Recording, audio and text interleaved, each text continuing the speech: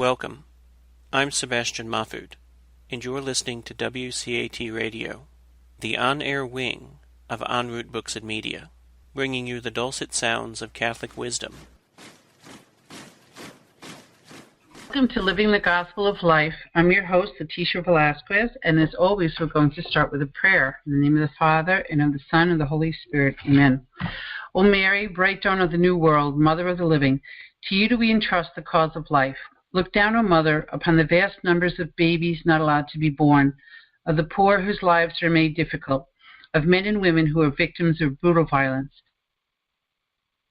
of the elderly and sick killed by indifference or out of misguided mercy.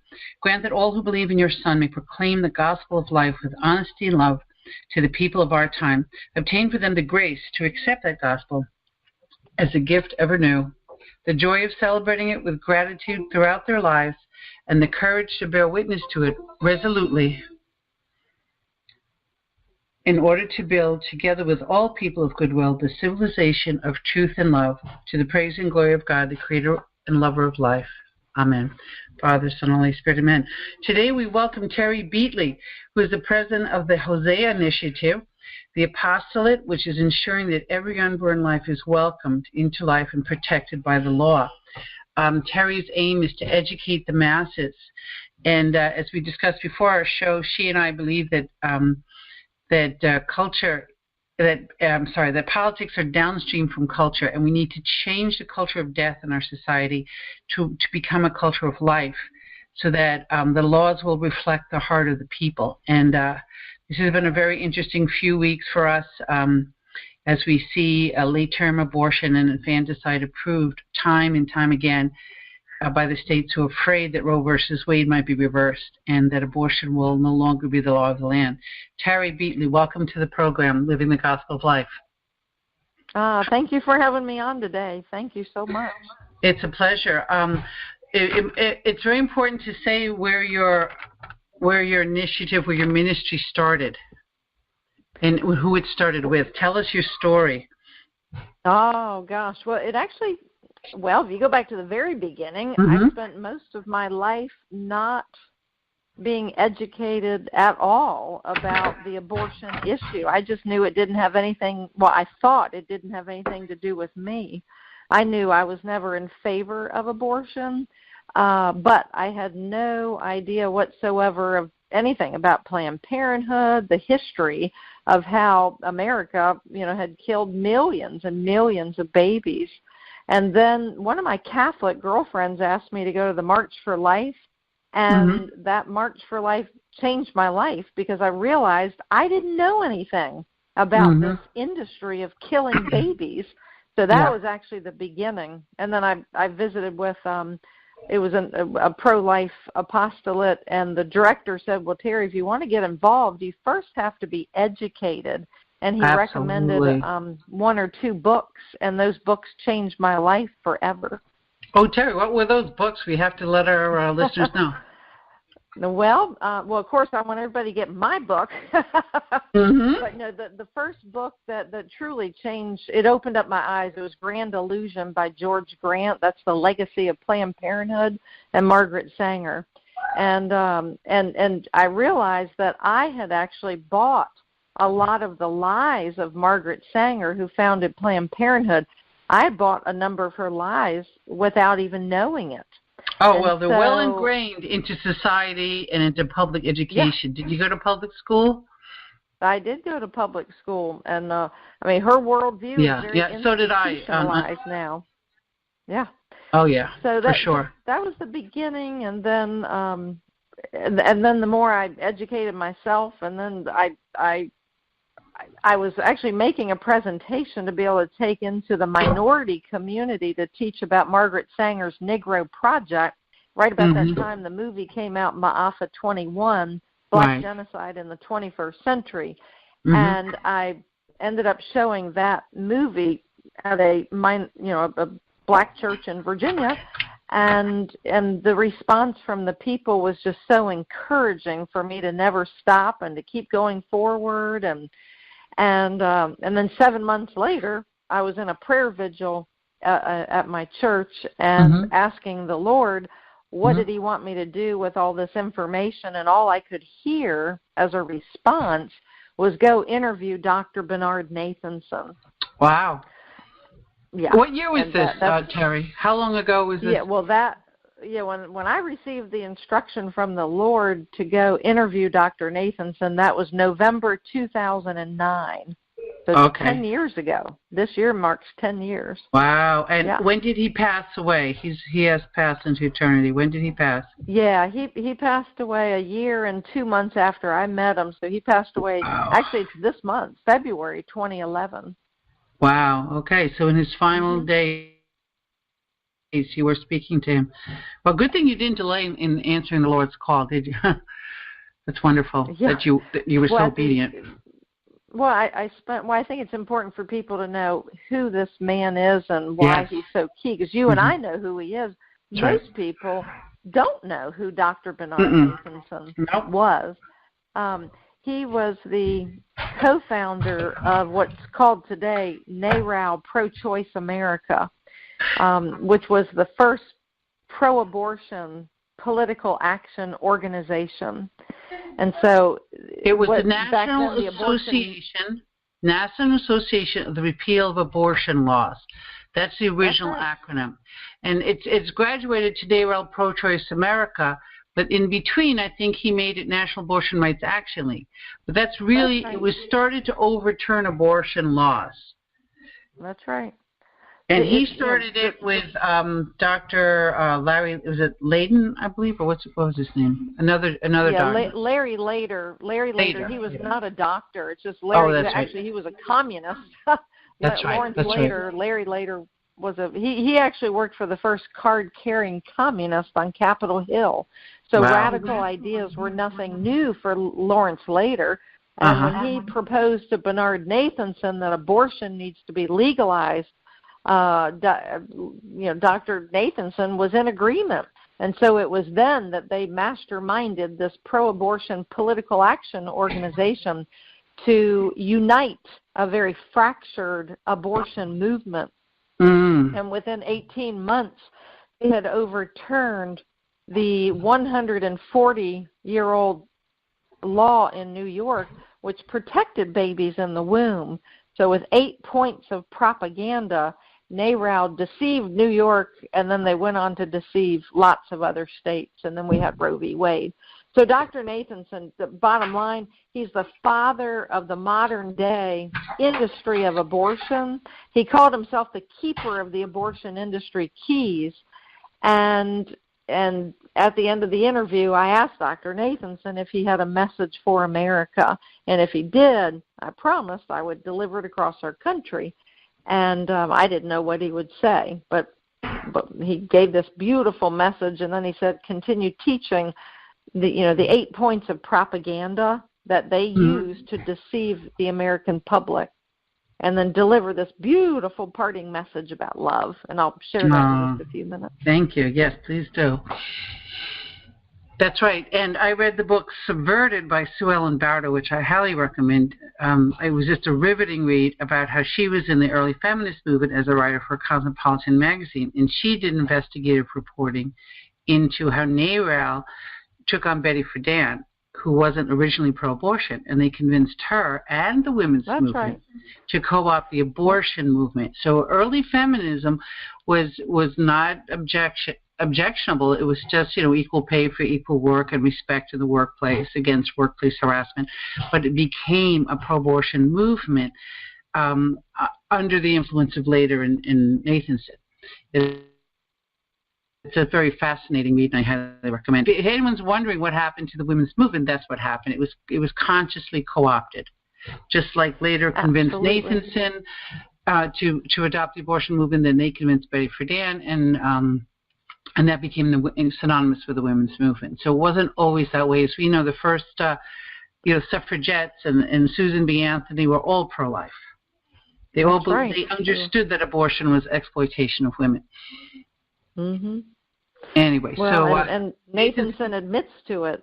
So what I found too is that when people, what I joke around about is like if somebody reads Subverted and then they read my book, those two books right there, that gives somebody a really rock-solid foundation on the history of how America got duped into embracing abortion.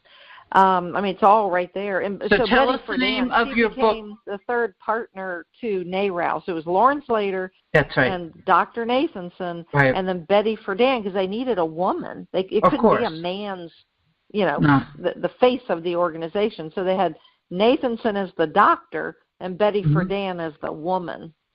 And your name, the book is What If We've Been Wrong? Yeah, What If We've Been Wrong, which actually comes from Dr. Nathanson's never seen before resignation letter from NARAL in 1975. Wow. Yeah, so in 1973, January 22nd, we have Roe v. Wade. 2 years to the day of Roe v. Wade, Dr. Nathanson is resigning from NARAL. Of course, 2 years. Is why? 2 years.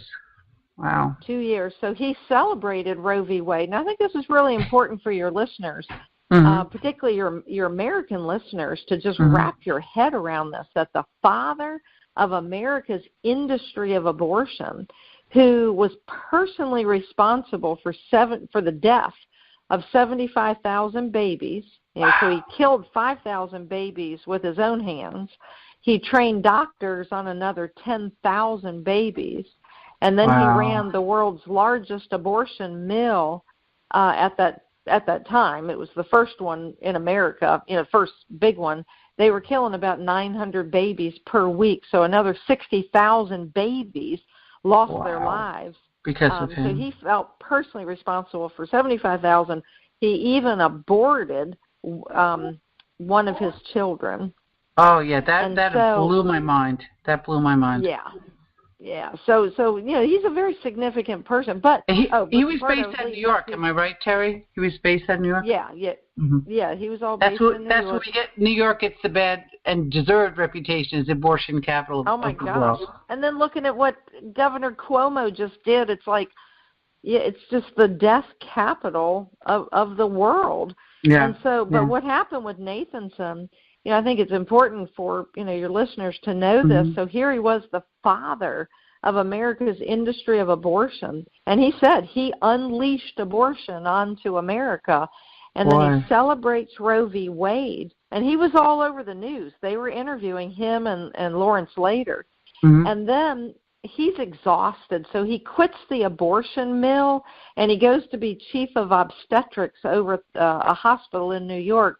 And make no mistake, they were birthing babies, but they were also aborting babies at this hospital. But about 5 months or so after Roe v. Wade, the hospital rolls in a brand new technology called real-time ultrasound. And the father of America's industry of abortion sees the baby for the very first time on real-time ultrasound. She's smiling, she's sucking her thumb, and she's yawning, and he bonds with the baby. And he realizes that he can no longer deny the humanity of the baby. And he spends 2 years trying to convince NARAL that they have a moral, ethical issue on their hands because of what real-time ultrasound proves. And NARAL would have nothing to do with it. They had already gotten their victory in New York. They didn't care. They didn't care. I mean, they already knew they were denying the humanity of the baby, but they didn't care what ultrasound showed. So my point is about the title of the book. I have Dr. Nathanson's never seen before resignation letter to NARAL, and at the end of the letter, he's addressing this to Lawrence Lader, and he says, and what if we've been wrong? If the court should soon reverse itself on the abortion issue in the light of changing times and or new scientific evidence, what an incalculable injustice will have been perpetrated. What an immeasurable, irretrievable loss will have been suffered. And the annual dues to NARAL are $10, and the hubris of certainty, regretfully, I can no longer meet those dues. Bernard Nathanson. Ooh, it's chilling. It's absolutely chilling. Because it's so prescient about what was about to happen in the 60 million American lives lost to abortion. from there on. Yeah. So when I met Nathan, at least he was honest enough. At least he was honest enough to admit the humanity of the baby when he saw the sonogram. How many people in NARAL now have 3D sonogram and it doesn't move them one bit? I know. It's just bloody murder. Yeah, they're in complete denial. It's all, more than anything, I think, today. It's so much about the money.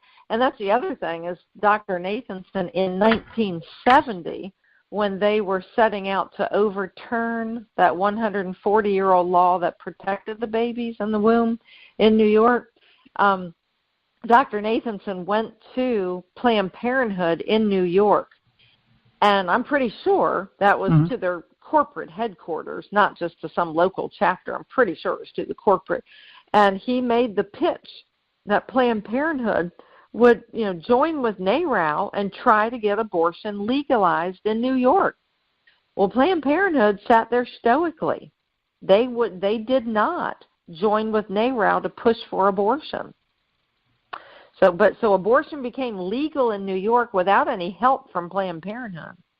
But within 5 months or so, once abortion had become legal, when Planned Parenthood saw all the money they were leaving on the table, who did they call to get trained in how to kill babies? They called Dr. Bernard Nathanson.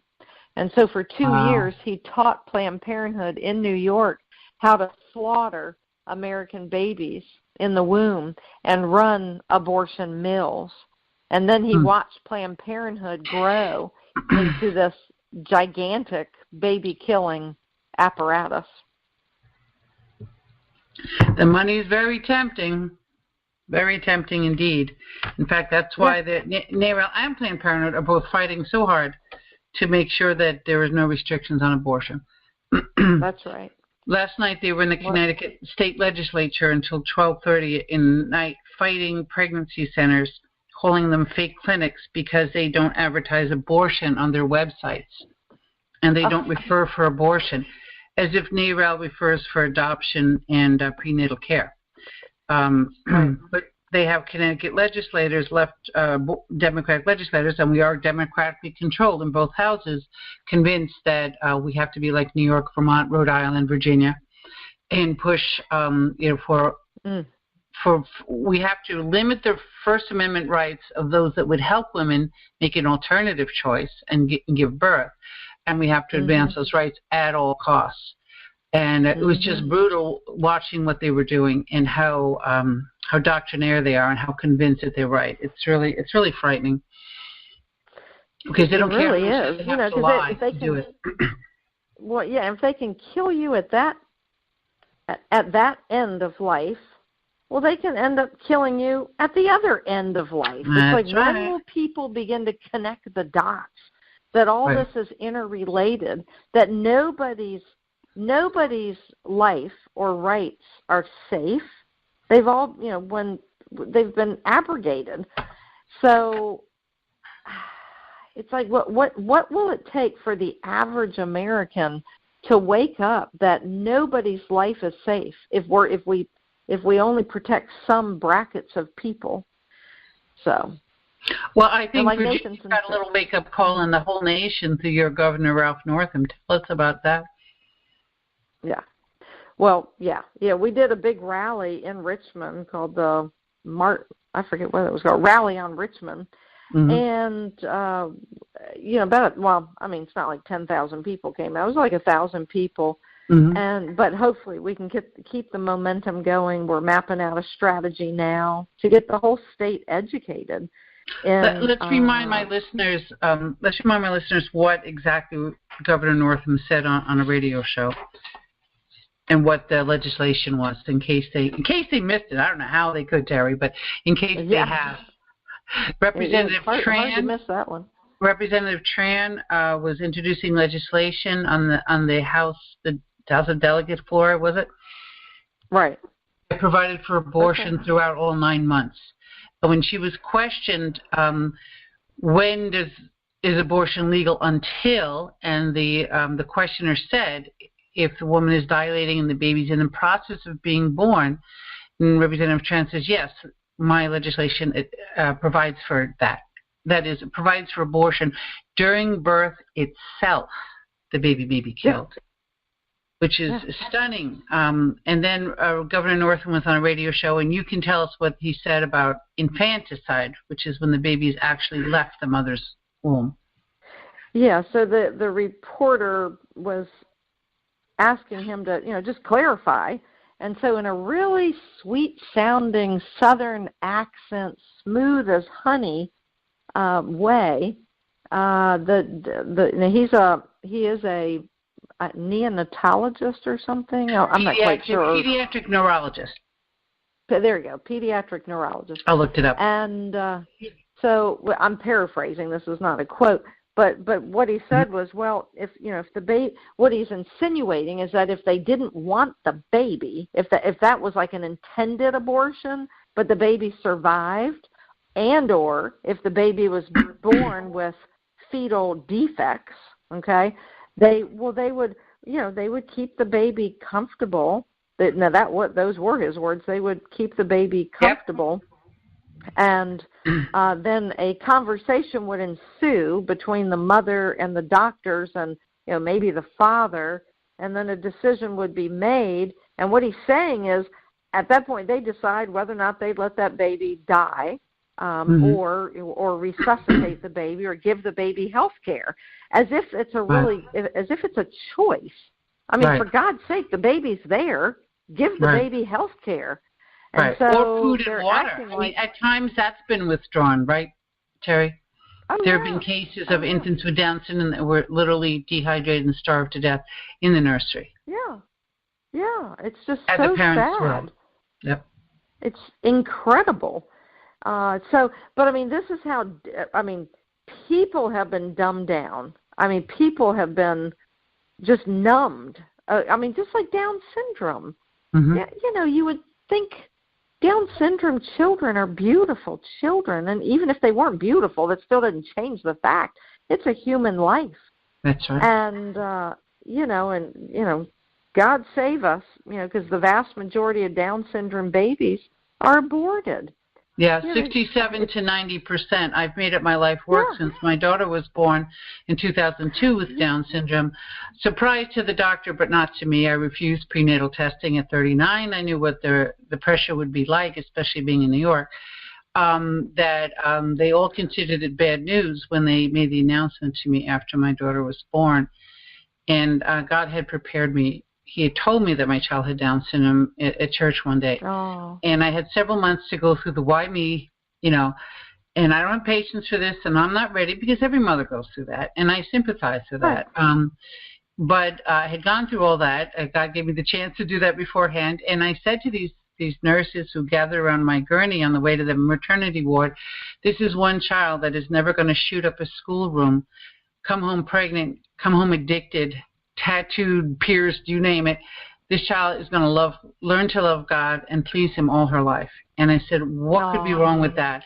And I said, this child is my greatest chance of getting a child to heaven. I mean, I have other children, and I hope for heaven for them too, but this one's got the best chance because she loves God, and she has a pure heart, and she doesn't have the perhaps the greatest use of her will as she might have, but she knows how to love. She knows how to love it. She knows how to disobey too, don't get me wrong. But there's a beauty in her that is really a gift, as God told me. She's a gift from my hand. And I feel sorry for parents that don't feel up to that and that make that terrible choice to abort.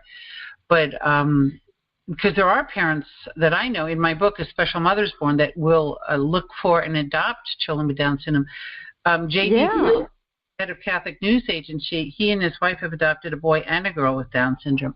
And are very happy to have them in their family. Well, I look at Down syndrome kids as the gift that keeps on giving, because that love keeps on giving. I mean, my kids are now 23 and 20, and of course they love me.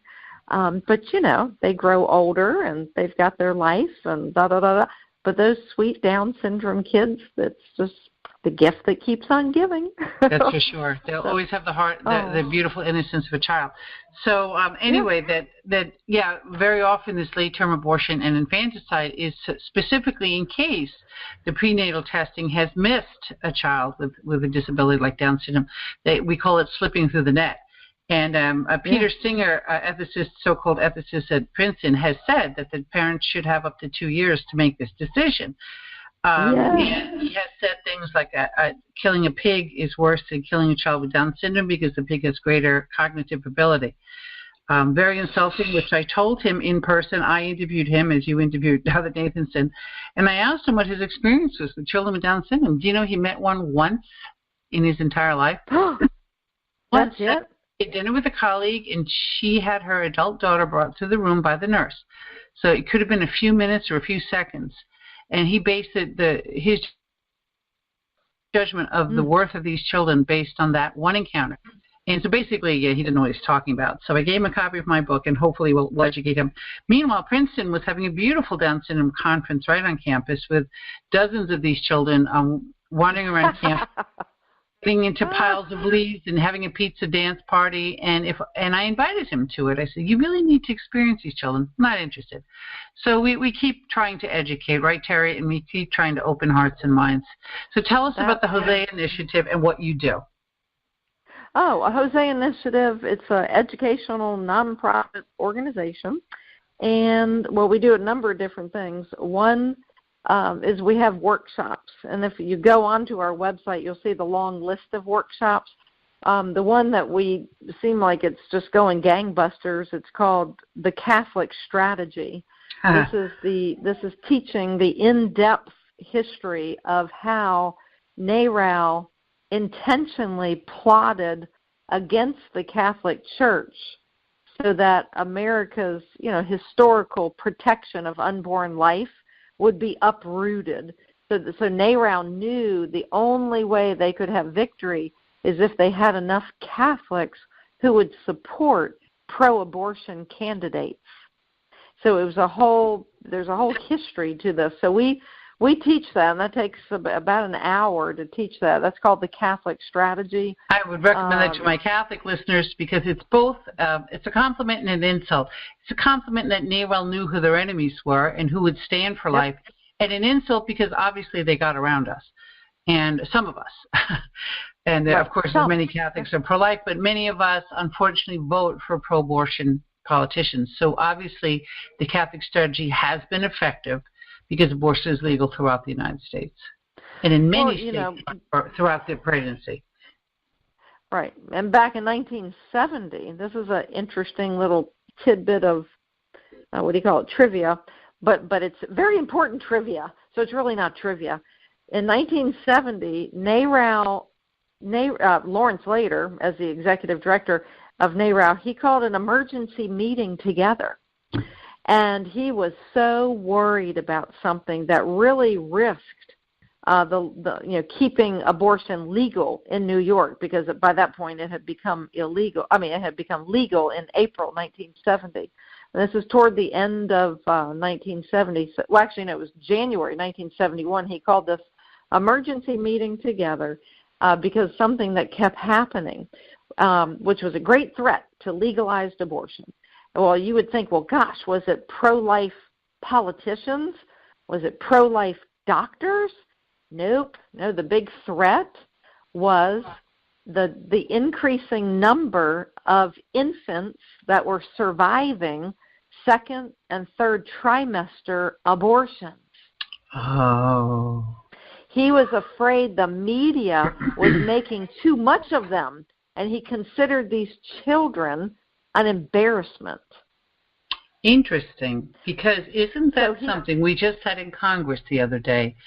4 times Senator Ben Sass of Nebraska has tried to pass a law allowing children born alive during abortion to receive medical care.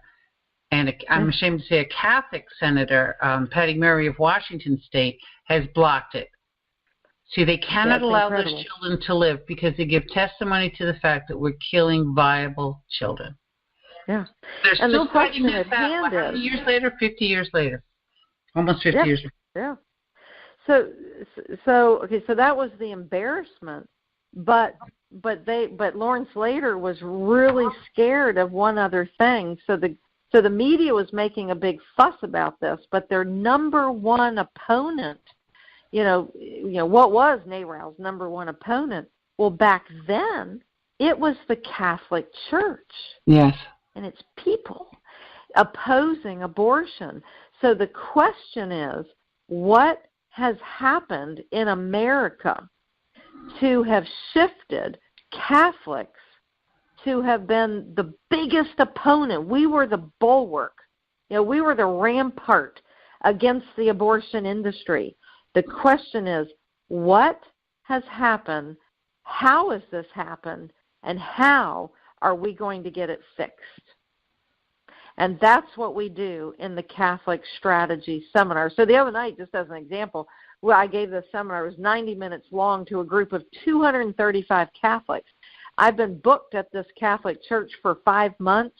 Nobody knew 5 months ago that Delegate Kathy Tran would patron that bill. And guess where this church was? Her in district. Delegate Tran's district. So Wonderful. people were coming in. Yeah, it was basically standing room only. She doesn't. Does she go to church? Do you know if she's a practicing Christian of any kind? I do not know. I know she has children. I think I've heard that she has 4 children. But wow. That could and be she wrong. breastfed on the floor of the House of Delegate, didn't she? And I admired her for that. I remember that. Yeah. She brought her baby in. So she right. acts as though she's pro-life, but boy, oh boy, not as a legislator, she doesn't. No. And the amazing thing, or the shocking thing, is that it was like the day or so after that, she was arguing that bill. She patroned a bill that would protect some kind of rare caterpillar. Yeah, I heard that too. Oh, yeah. It's insanity. Yeah. Kill the baby, save the caterpillar. I know. Yeah, unbelievable. I know. So it is time for Americans, all Americans. What I tell people is you forget your political party affiliation. It is time to wake up. Yeah. It's time to learn, get educated, because if for no other reason, let it be a selfish reason. Seriously, let it be a selfish reason that it's like if you don't care about the babies in the womb, fine, care about your own life. Because if they can slaughter the babies, they can kill you when you're an old lady or an old man laying in bed in a nursing home. That's right, because your life will be an inconvenience. Your life will be an inconvenience to somebody. Maybe your children don't want to keep visiting you. Maybe they're worried about their inheritance being eaten up by your medical bills. Maybe they just feel guilty because they're not visiting you. They don't want to see you lose your ability to speak and use the bathroom. And it's, I'm getting to the phase where my father's getting older, and it is taking more time to care for him. It just as having an infant takes more time. So in either end of life and in between, because as I said, I have a disabled daughter. So there are people in our lives that God gives to us as a means of growing our love. But in our culture, we've become very materialistic, utilitarian. And people are only worth what they give to us and their monetary value. So these become lives unworthy of life, very much like the Nazis. Started with the disabled and the mentally ill. And then when no one cared about them being slaughtered, then they moved on to other forms of life that they found unvaluable to the cause, to their cause of purifying the race. We're not so much purifying the race as we're making our lives more convenient. That's right. And these elderly will get in the way, and as the young do, as the very young do, and the special needs.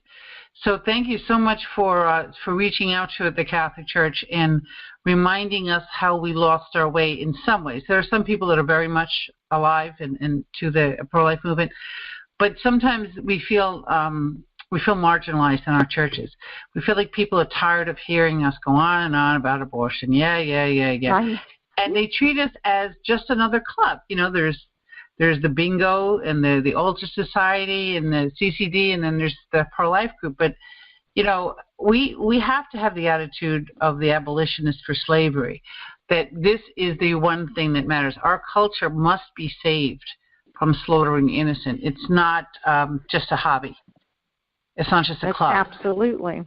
It's urgent. I mean, and if the father of the abortion industry can come to grips with this, you know, why can somebody else, you know, everybody can. That's what I'm trying to say. That's right. I mean, tell us where Dr. Nathanson started out. I believe he grew up in a Jewish family. His parents were immigrants, and he was not a believer. He was not a devout. No. He was an atheist Jewish man, and it was just sad. I mean, he grew up in a home where he never saw love. He never felt love. I mean, his father hated his mother. It was just a very, very ugly, bitter home, and so he set out to do something with his life, and he thought, well, I want to become a doctor like my father did, and so he had learned from his father that, you know, lying. You know, if it takes lying to get what you want, well, it's okay. You can do that. Manipulation, that, you know, you can do that. So sadly, all these things undergirded his ability to launch this 8-point propaganda campaign with NARAL to deceive our justices, to deceive our legislators, to deceive the doctors, clergy, and then millions of women and men with the lie that abortion is health care. You know, that's right, and that mantra is still being repeated today. What were the 8 points, Terri? Just summarize them real quick. I know you go into detail. Yeah. So I want to put a plug in for the book here, because you can read all about this and get. So I tell people, the easiest way to remember is go to abortionking.com. And we've got the book in softback. We've got it in audio book. Actually, audio book is on Amazon. And then we have it in ebook. But the best place to get it, abortionking.com. Abortionking.com. Okay, the 8 points, some of these you're already going to know, but you may not know that it was NARAL. They hired a public relations marketing firm for $7,500, and so they masterminded this 8-point strategy. So the first thing is they framed the debate around choice. Of course, they would never really talk about, you know, well, what was the choice? They didn't say choice to kill a baby. Of course not. It was just simply choice. Just like it's a choice. You want to buy orange juice with or without pulp. It's just a choice. Right. Then the next thing is they came out with the slogans. Okay, so, you know, my body, my choice, every baby a wanted baby, or what have you. But, you know, all these slogans that you hear today, many of them came from NARAL. And then the third thing is they would use the media. So Dr. Nathanson, being an OBGYN, he could stand, you know, in a press room with, you know, 25 reporters in front of him. Most of those reporters were young women. And they were tired of opposing the Vietnam War, so it felt good to support something. So they were supporting legalizing abortion. So he could tell those young reporters anything. And they really wouldn't do their homework. They would accept it as fact because, you know, he's an OBGYN. Why would he be lying? And so, well, what would he tell them? He would give them fabricated facts, i.e. lies. He would tell them that 1 million women a year are having back alley abortions and 5,000 to 10,000 women a year are dying.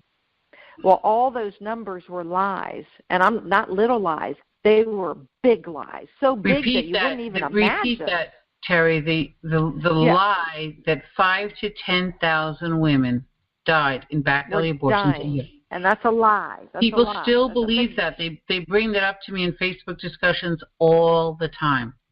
Yeah, it was a lie. He admitted to it. He testified in front of Congress about the lies. He wrote about it, and then he told me to my face during the interview. So it's all out there. The truth is all out there. He fathered the lies. So the real number on the high side was about 200 deaths per year of women who had chosen an illegal activity, and sadly it resulted in their death. But it was not 10,000 women. It was more like 200. Some years it was as low as 25, okay? And then, and there were not 1 million illegal abortions. The number was more like 99,000, not 1 million. Now, the other big thing that he would like, every revolution needs good statistics. So when I sat with him, I said, Dr. Nathanson, where did you get that number? 60% of Americans want abortion on demand legalized. And he said, Terri, we just knew we had to be over 50%. So wow. I just chose 60% out of thin air. Sounded good and healthy margin, right? Wow. Exactly. And then he would repeat the lie, and we all know that if you repeat the lie long enough in the media, it becomes the truth. So it just goes to show there really is fake news, like Donald Trump says, fake news. It's true. He's one of the original fake news purveyors. Absolutely. Well, not that it was invented with him, but certainly in modern times. Right. And then the seventh thing was he would rationalize it. He would say, look, these women, remember these million women, they're going to have abortions anyway. Just get it legalized, okay, because it's not right to make them criminals because they're going to do it anyway. Well, so once it became legalized, it became the self-fulfilling lie.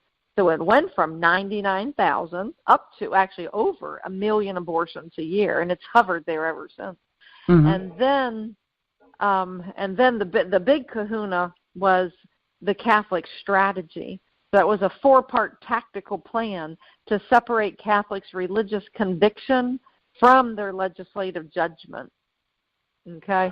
So in other words, they had to convince enough Catholics to even if they were personally against abortion, they still could go into that voting booth and vote for pro-abortion candidates, and they did it by blaming every time a woman died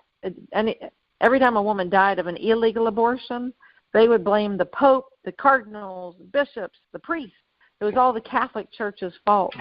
The second thing is any time a Catholic politician was softening his or her position on abortion, oh my goodness, they would emphasize that politician out in the media. They would do all this positive news about him or her, so they would emphasize. So you got blame, emphasize. The third thing is they would support. So if that Catholic candidate was, pro-abortion, they would support that candidate out in the media. Out everywhere during a political campaign. And then the fourth one was the straddle, and I've already said it. The straddle is they already had 50% of the Catholics in their back pocket because those Catholics were already contracepting, and it was not a hard push down the abortion slide if they were already contracepting because they couldn't separate it, okay? But what was NARAL going to do with the other 50% of Catholics where there's no way that they would ever be for abortion? So that's where the straddle came in. They could say, all right, Mr. and Mrs. Catholic, we know you're personally abhorrent toward abortion, and we're not trying to change your mind on that.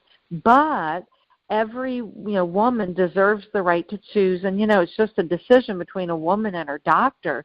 So you can remain personally against abortion, but believe and act on that belief in the voting booth that every woman deserves the right to choose. And that is the 4-part Catholic strategy Dr. Nathanson called what I just gave you. That's a very short rendition. I talked about this in depth for 60 minutes during the Catholic strategy workshops. But that's the short outline of how NARAL duped the Catholic Church, and he called it the most brilliant political strategy of all time. No doubt. And so, no doubt. Yeah, and Catholics, if nobody else, Catholics must awaken to the Catholic strategy because it is killing our country. Absolutely. How many Catholic legislators are voting pro-abortion? Not only in the states, but in the Congress. Like I said, Patty Murray, there's so many. Nancy Pelosi, there's an obvious one right there, who likes to cite her Catholic faith and morality when it comes to immigration, but when it comes to abortion, she's completely tone deaf. Now, it's very interesting to know that originally the Democratic Party was pro-life, and it turned around. Yeah, because they're pro-human rights. Our country was pro-life. Yep. Our whole country was pro-life. That's right. Yeah, for the most part, until NARAL. There's a history. It doesn't start with NARAL, but really, you get down to it, it started 100 years ago with Margaret Sanger with her whole push for contraception. Yeah. Right. But that's part of the history, and so that's one of the things we do. We have a whole series of different seminars. We teach all about Margaret Sanger's Negro Project. We have another one called Pills and Potions. We connect the dots, the 100-year history from Margaret Sanger to Alfred Kinsey to let me see, who else is in that line? And then the what happened when the birth control pill came on the market. And let's see, what are some of the other seminars? Becoming a Witness for Life. We have curriculum. We have Catholic and Protestant high school curriculum called Becoming a Witness for Life, where we draw the young people into the true story of Dr. Bernard Nathanson. So my book is used as kind of like the textbook, but it's wonderful. But it's just an easy reading story. But then we've built so it's a teacher guide, Becoming a Witness for Life, because what we found is that even if these young people, many of the young people, even if they've grown up into a real pro-life home, they're still having a hard time being a courageous witness for life out in this horrible, culture of death. Yeah. So we teach them what they need to know, and Nathanson is the modern-day Saul to Paul conversion story. He used to persecute the church. Yes. And then he became the church. So beautiful. That's beautiful. Yeah, young people love to have a cause they can get behind. I'm struck by how many of them are ready to go vegan, which is a major sacrifice, or dramatically alter their lifestyles to save the planet. And when they're awoken to the massive crisis of 60 million American lives lost to abortion, usually at the March for Life, that's a great point of conversion for many young people. They usually they're more dedicated to it than my generation are, for sure. When I was going to the March for Life in the late 1970s, I was the young person there, and the middle-aged and old ladies patted me on the head and said, "How nice to see a young person at the March for Life." Now I'm the grandma, and they're all carrying me along. I could pick up my feet, I think, and get up Capitol Hill with no effort whatsoever. The amazing tens and hundreds of thousands of youth that are there from all over the country are just, their enthusiasm just carries away. I believe there was somebody from NARAL who finally ran into the March for Life in Washington, although she worked in Washington, never managed to see it. And her comment is, "Oh my goodness, there's so many of them and they're so young." And I wasn't the head of NARAL, and she quit soon after. Yeah. She knew she was licked.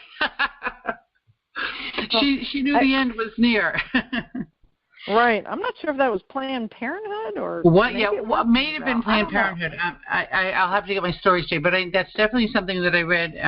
It's definitely you can definitely fact check that one. But anyone who dares to look at that is very much enthusiastic for the pro-life cause, because they understand that the young people understand that it's a human rights issue, the primary human rights issue of our time.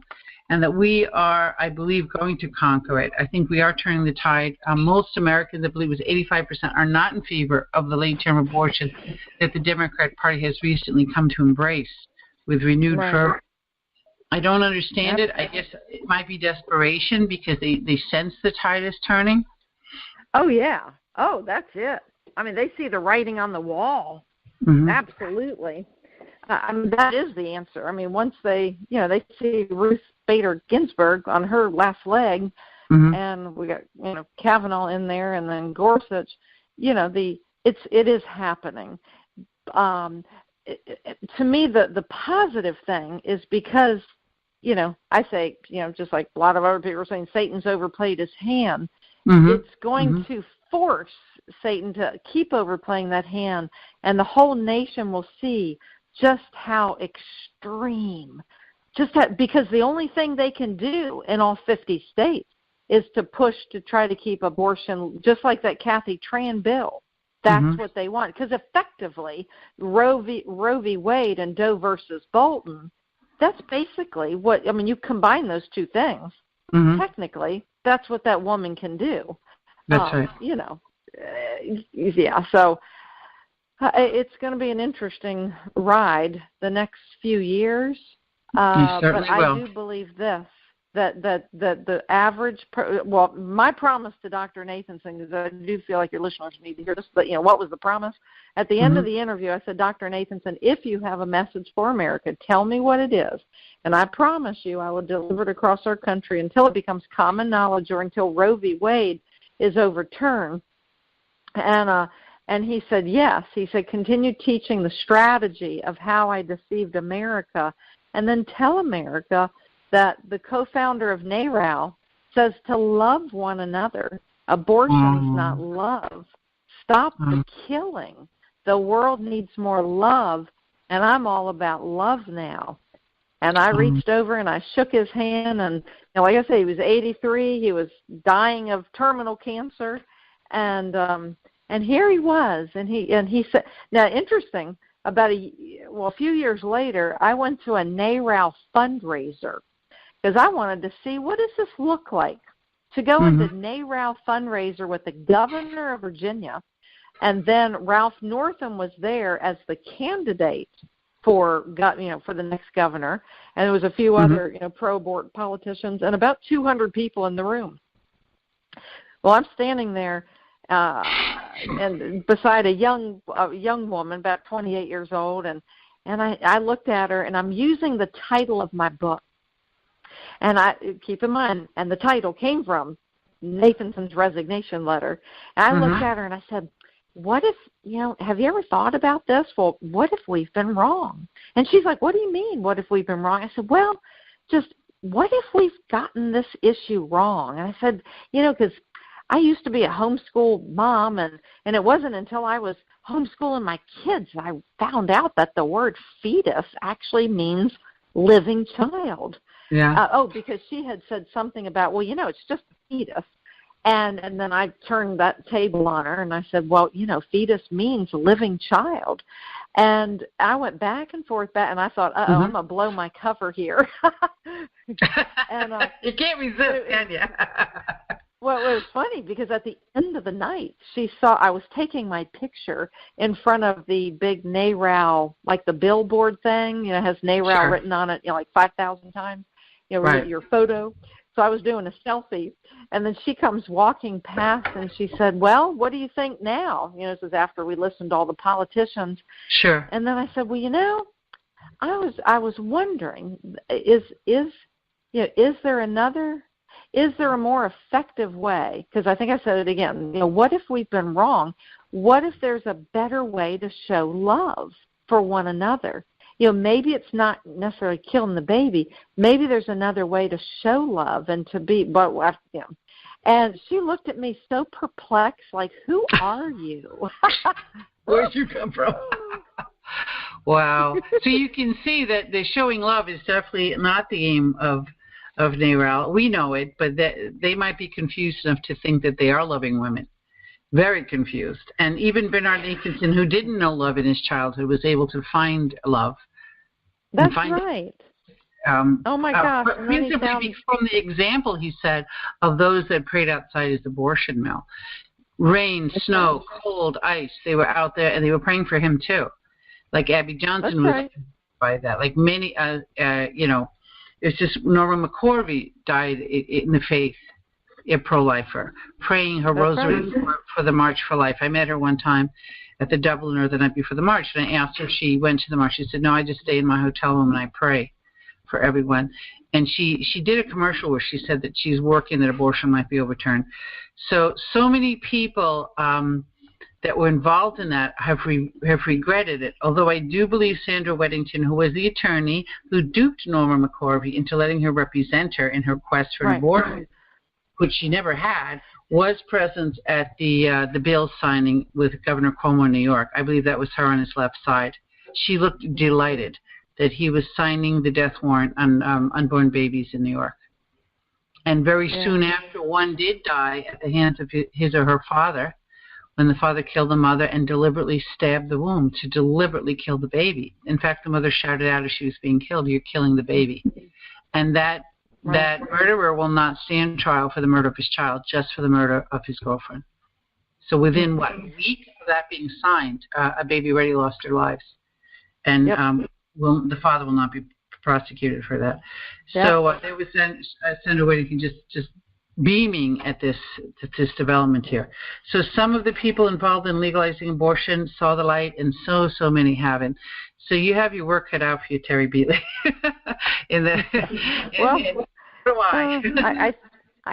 I believe God's going to speed this educational process up, and hearts and minds are going to change. And I want to encourage everybody to go and get the copy of the book. We actually have Norma McCorvey's affidavit in the book. Wow. It's an appendix, but at the end of every chapter, I realized not everybody reads appendices. So I took an excerpt from her affidavit where she was trying to overturn the Roe v. Wade decision. Yes. And we put an excerpt at the end of every chapter. Beautiful. So if somebody reads my story about trying to fulfill the promise to Nathanson, where I'm resurrecting Nathanson's story, they will also be able to read the Norma McCorvey's affidavit. Beautiful. I wish this were taught in every American classroom. It should be.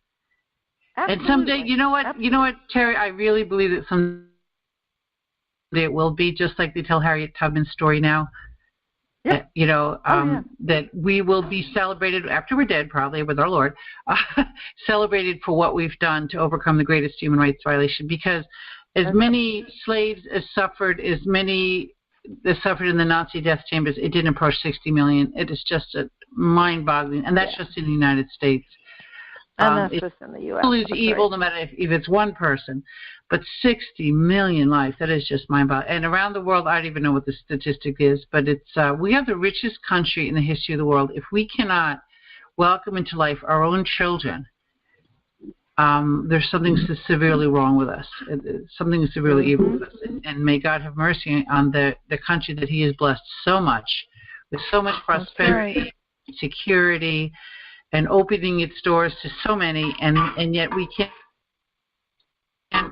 welcome the weakest members of our own family. And so I thank you so much for your initiative, the Hosea Initiative. Welcome. I encourage people to invite you to come speak and spell out the Catholic strategy to get a copy of What If We've Been Wrong. I know I certainly am. I need to keep my sword sharp and my information as deep as it can be, because shedding the light on the lies that NARAL is still telling. Like I said, they were telling last night in Connecticut, the lies about abortion being health care, about women need abortion or they will go to back alley abortions and be killed.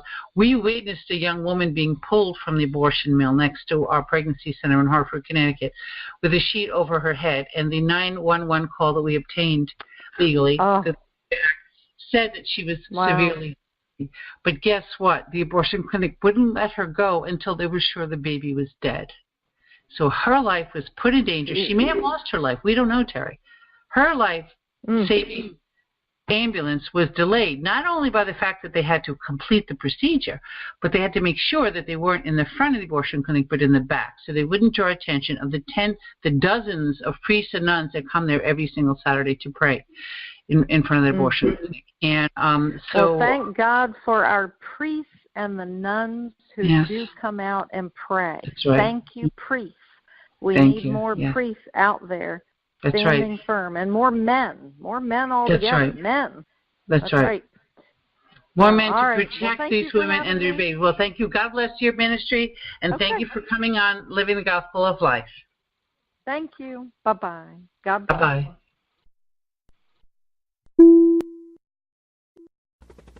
We hope you enjoyed the program and will join us back for another show on WCAT Radio. This is Sebastian Mahfood. Good day.